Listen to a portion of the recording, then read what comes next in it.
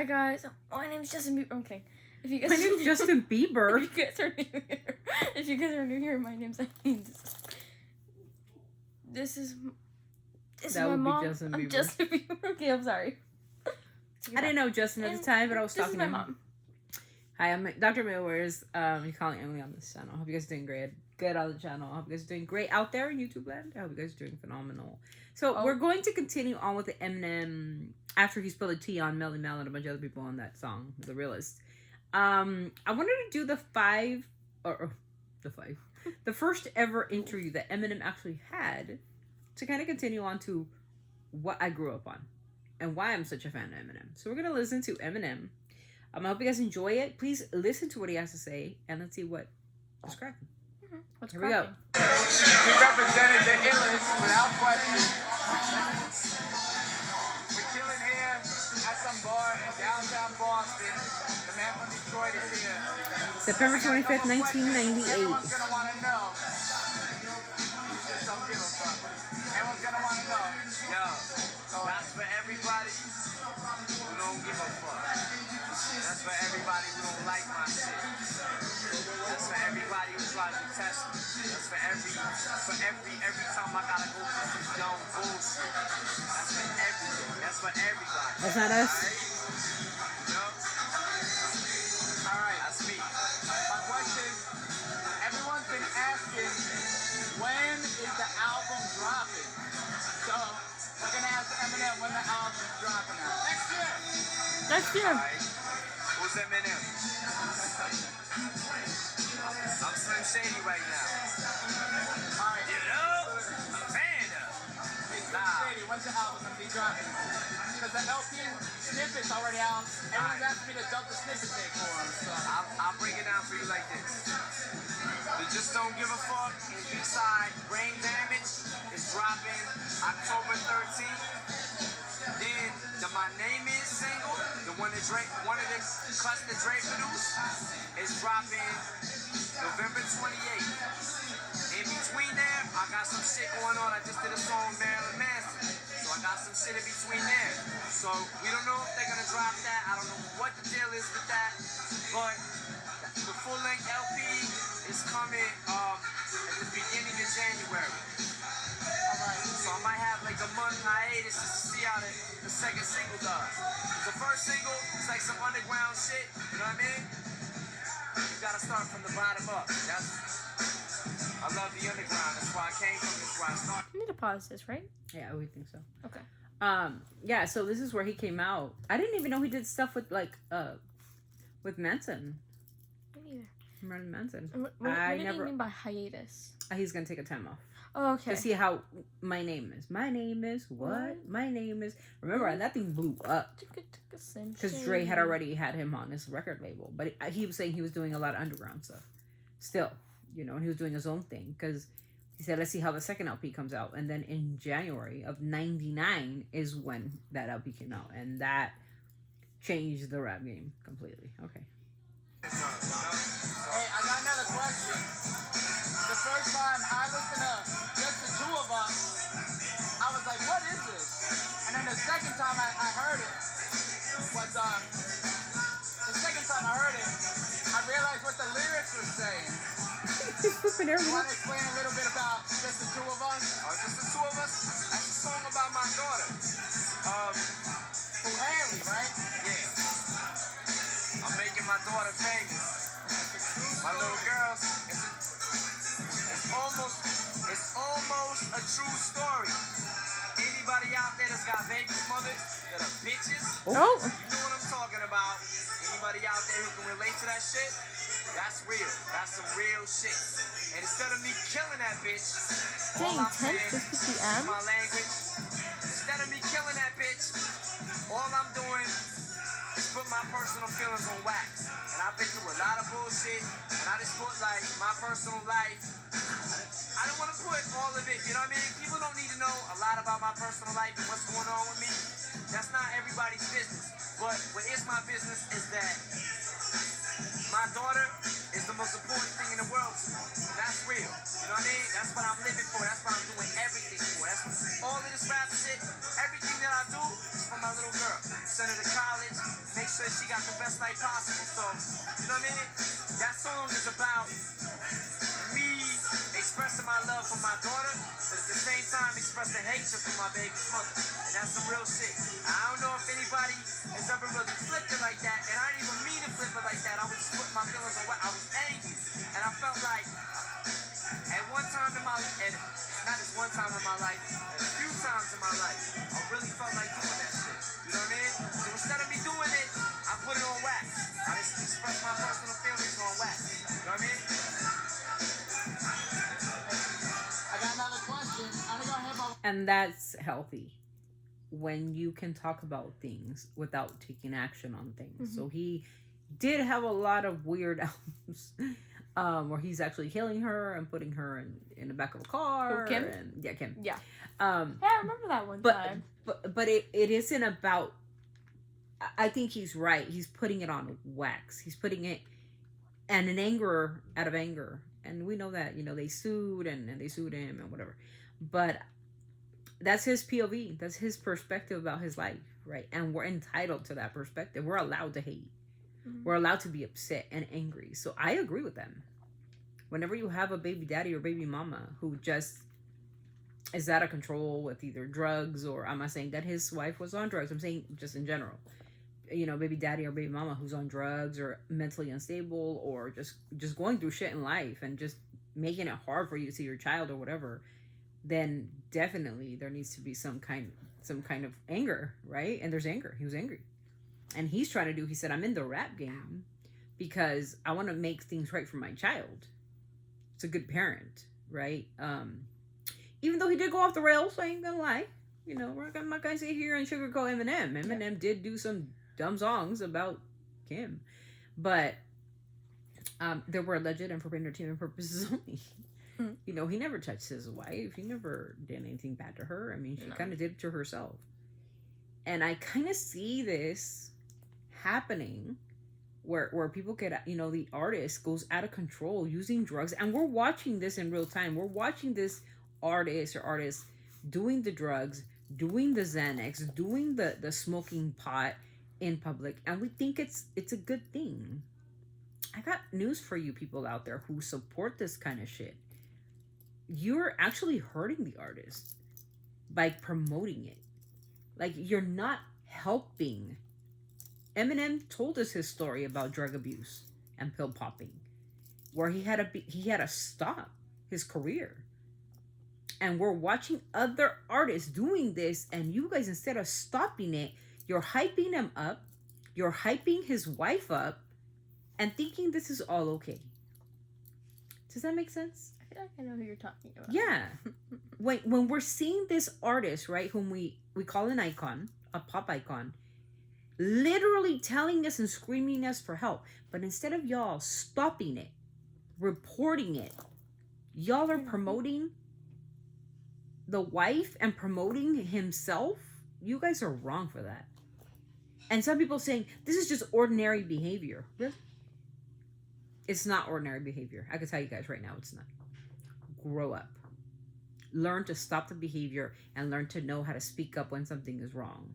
Because by just hyping these people up to give them more money, it's just giving them more drugs. And eventually, you do not want an Aaron Carter. Listen to what I'm saying. Do not do this anymore. Stop them before it gets out of control and out of hand. Because Eminem taught us a valuable lesson on that when he told us, I was an addict and I was out of control and I was doing stupid shit and nobody did anything about it. Yeah. Think about that. Okay? I have to ask, how did you meet up with Dr. Dre? You're straight from the underground. And Dr. Dre's been around in the hip-hop scene for a long time. I'll tell you what happened. I'm sure a lot of people ask you that, but I'm sure people out there want to know. A lot of people ask me, but this is what happened. This is the deal. I did a thing last year. It was Windy Days, the Rap Coalition she put together. It was called the Rap Olympics. Windy Day works for the Rap Coalition. She put together this event. It was called the Rap Coalition. And it was a a bunch of MCs, signed and unsigned artists, that it was a big battle or whatever. And I had taken second place in that. And I took second place, and it was some bullshit.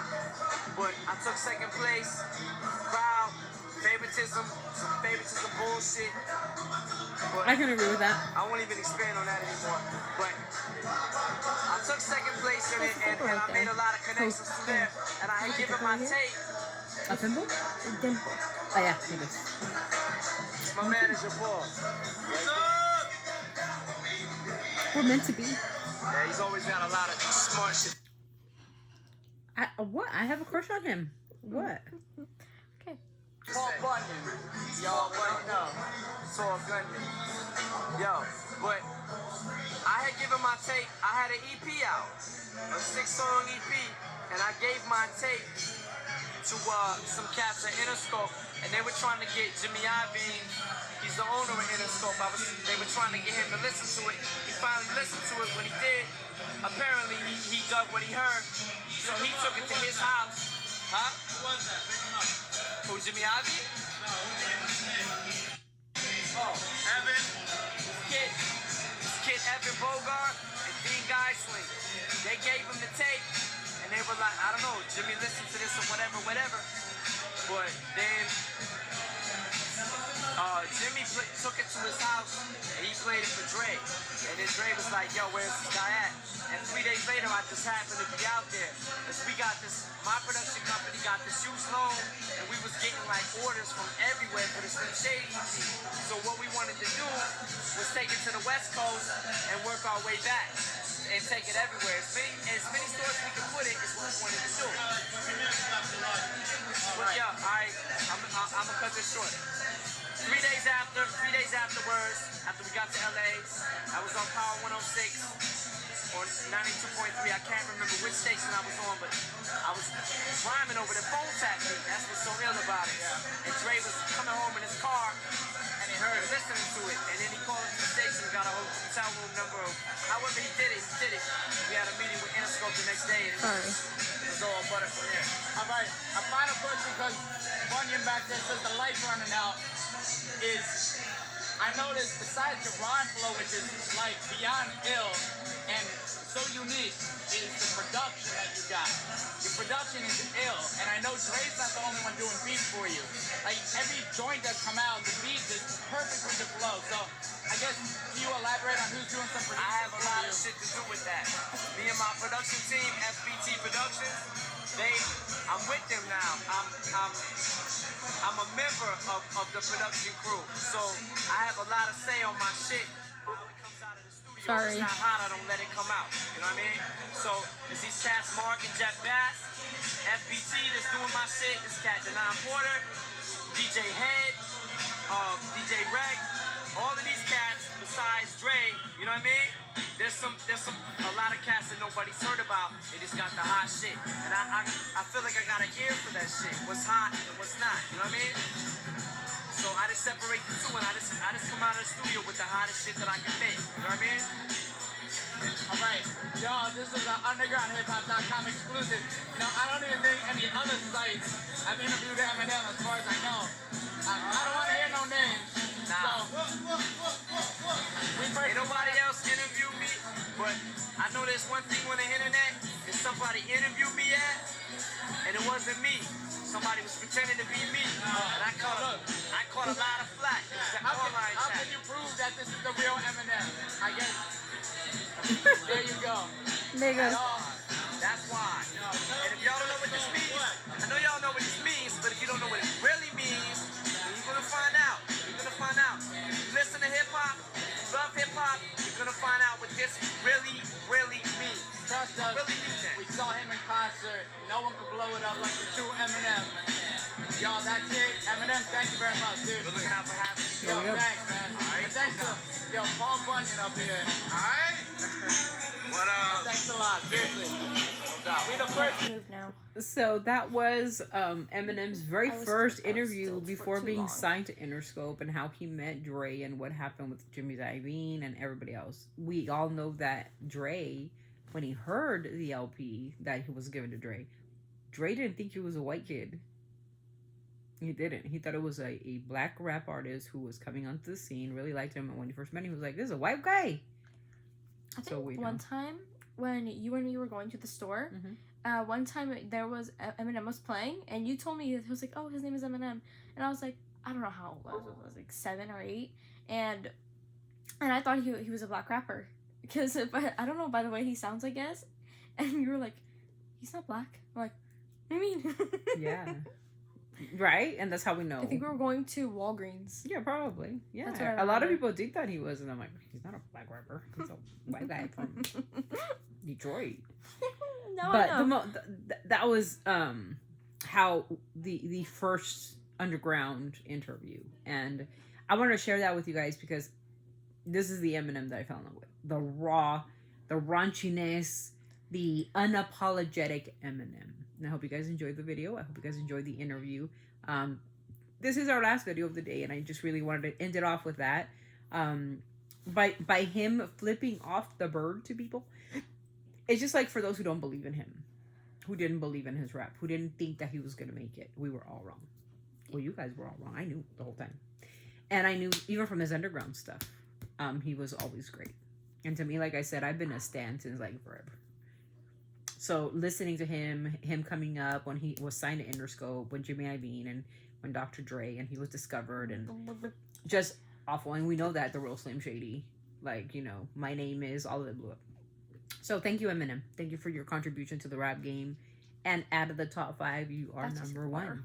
You are number 1. In my book, you're number 1. Tupac number 2, of course, because he's no longer here. But yeah, to me, you're the GOAT. The GOAT.